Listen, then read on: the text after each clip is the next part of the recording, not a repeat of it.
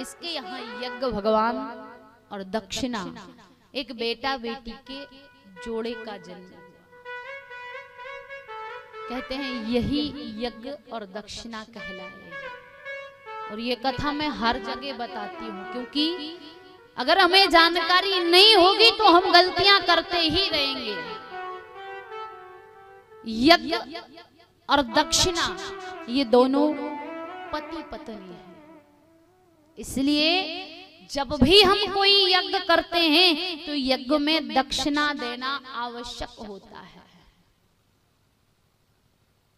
और कहते हैं जब भी कोई आयोजन करते हैं, कोई यज्ञ कोई धार्मिक आयोजन करें तो उसके 24 मिनट के अंदर ही दक्षिणा दे देनी चाहिए, क्योंकि एक प्रहर के बाद, एक समय के बाद किया गया दान उसका अलग अलग प्रकार से वर्णन है। वह मध्य कहाँ उसका कैसे पुण्य मिलना है। तो यज्ञ जो होता है, यज्ञ में दक्षिणा देना आवश्यक है। क्यों? क्योंकि यज्ञ भगवान की पत्नी है। अब आप लोग ये मत सोचना कि यज्ञ वही यज्ञ जिसमें बड़े बड़े हवन कुंड बने और सब उसमें हवन के लिए बैठे हैं, वो यज्ञ तो यज्ञ है ही, लेकिन घर में हम सत्यनारायण की पूजा कर रहे हैं वो भी एक यज्ञ है, भगवान की पूजा करते हैं वो भी एक यज्ञ है, किसी अतिथि को भोजन करा रहे हैं वो भी एक यज्ञ है, किसी को दान दे रहे हैं वो भी एक यज्ञ है। कोई भी धार्मिक कार्य एक यज्ञ माना जाता है। और यज्ञ में दक्षिणा का महत्व आवश्यक है। यज्ञ की पूर्णता तभी है जब हम ब्राह्मण को दक्षिणा प्रदान करें।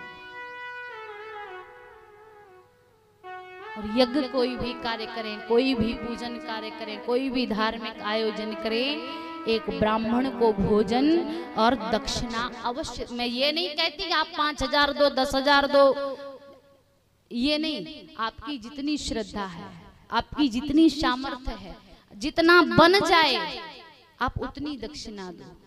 जैसा आप सामर्थ्य के अनुसार भोजन करा सकते हैं, लेकिन पवित्रता से भोजन कराएं। ब्राह्मण को दक्षिणा अवश्य देनी चाहिए, भोजन कराना चाहिए। और ऐसे नहीं, आजकल ऑनलाइन पूजा बहुत हो रही है। हाँ, शंकर जी की पूजा तो कोई ये भगवान की पूजा ऑनलाइन, और लाइट चली गई तो हो गई ऑनलाइन। एक दिन हम टीवी देख रहे थे, कोई गुरुजी, मैं नाम नहीं लूंगी, मुझे नाम याद है, कोई गुरुजी टीवी पर ही गुरु दीक्षा दे रहे थे।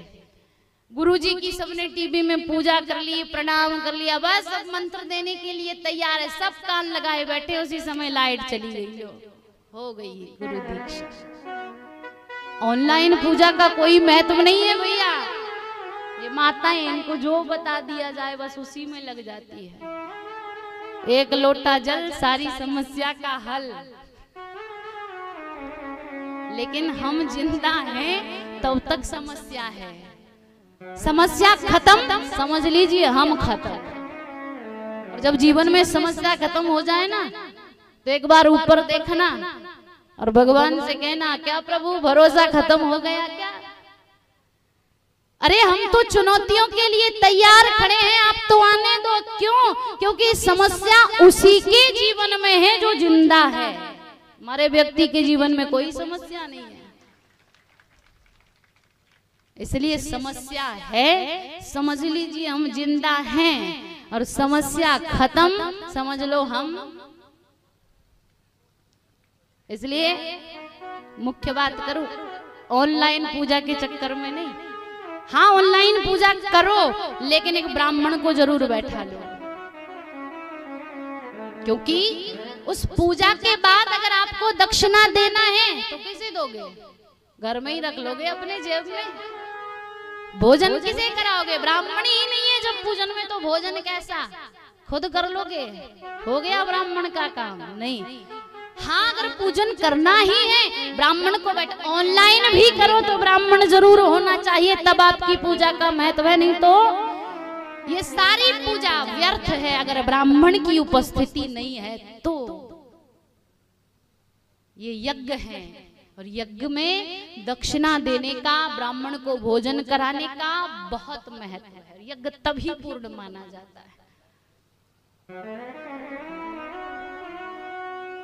क्योंकि ऑनलाइन काम ऑनलाइन ही होता है। हम भगवान की पूजा करें ऑनलाइन तो भगवान भी आशीर्वाद भेज दे ऑनलाइन, हो गया काम। ऑनलाइन में वो आनंद नहीं है जो आमने सामने। जैसे आप लोग यहाँ पर बैठकर कथा सुन रहे हो, पंडाल में बैठकर जो सुन रहे हैं बात अलग है। बहुत से लोग अपने अपने घर में बैठकर मोबाइल पर देख रहे हैं। जो 2 दिन से नहीं आए वो देख रहे होंगे, जो और आगे नहीं आएंगे वो देखेंगे। वो आनंद, वो भाव जागृत होता है क्या? यहाँ बैठने वाला श्रोता हंस लेता है, रो लेता है। कोई खेत में काम कर रहा है, ऑनलाइन कथा चल रही, रो सकेगा, हंस सकेगा? एक क्षण के लिए दिमाग हट गया, कथा कहाँ चल रही थी, कैसी क्या हो गया, कुछ समझ नहीं आया, खिचड़ी बन गई। ये ऑनलाइन है। इसलिए हम कोई भी आयोजन, कोई भी यज्ञ, कोई भी पूजन कर्म, कोई छोटी से छोटी पूजा करें, ब्राह्मण अवश्य उपस्थित हो। क्योंकि यज्ञ तभी पूर्ण माना जाता है